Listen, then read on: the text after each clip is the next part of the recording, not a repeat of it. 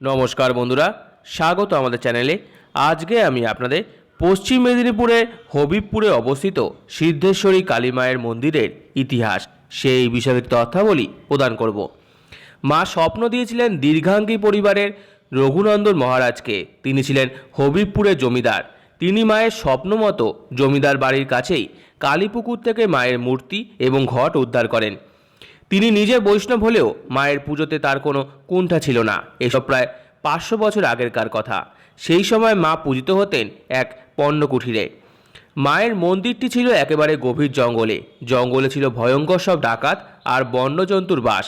তাই ভক্তরা সব দল বেঁধে আসতেন মায়ের পুজো দিতে।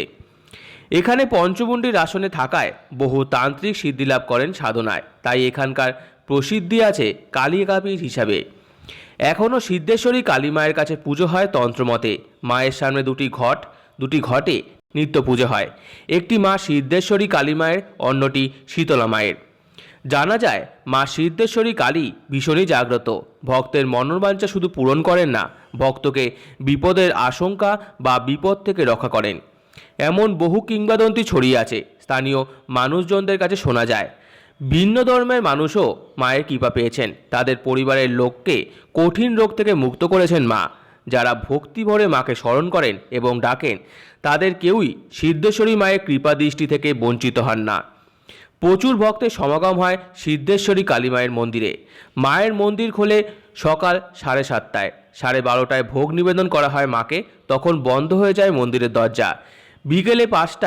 বিকেল 5টায় মন্দিরের দরজা খুলে দেওয়া হয় ভক্তদের জন্য। তারপর সন্ধেবেলায় 7:30টায় সন্ধ্যা আরতির পর বন্ধ হয় মন্দিরের দরজা। মাকে নিবেদন করা হয় সিদ্ধ চালের অন্নভোগ, সঙ্গে তরকারি, মাছ। রাতে শীতল ভোগ, প্রতি অমাবস্যায় থাকে খিচুড়ি ভোগ, মাছ ইত্যাদি। দীপান্বিতা কালী পুজোয় খিচুড়ি ভোগ, চাল বাটার বড়া, মাছ, মিষ্টি ইত্যাদি নিত্য অন্নভোগে নিবেদন করা হয় ভগবান বিষ্ণু এবং মা শীতলাকে। ষোড়শ উপচারে সিদ্ধেশ্বরী কালী মায়ের পুজো হয়। রটন্তী কালী পুজোয় চাল বাটার বড়া, নতুন গুড়ের পায়েস অবশ্যই দিতে হবে। বিশ্বকর্মা পুজোর দিনও বিশাল ভিড় জমে এই মন্দির প্রাঙ্গণে। তো আমার এই ভিডিওটি ভালো লেগে থাকলে অবশ্যই লাইক করুন, আমাদের চ্যানেলকে সাবস্ক্রাইব করুন, ভিডিওতে পারবেন শেয়ার করুন, কমেন্ট করুন এবং ধন্যবাদ।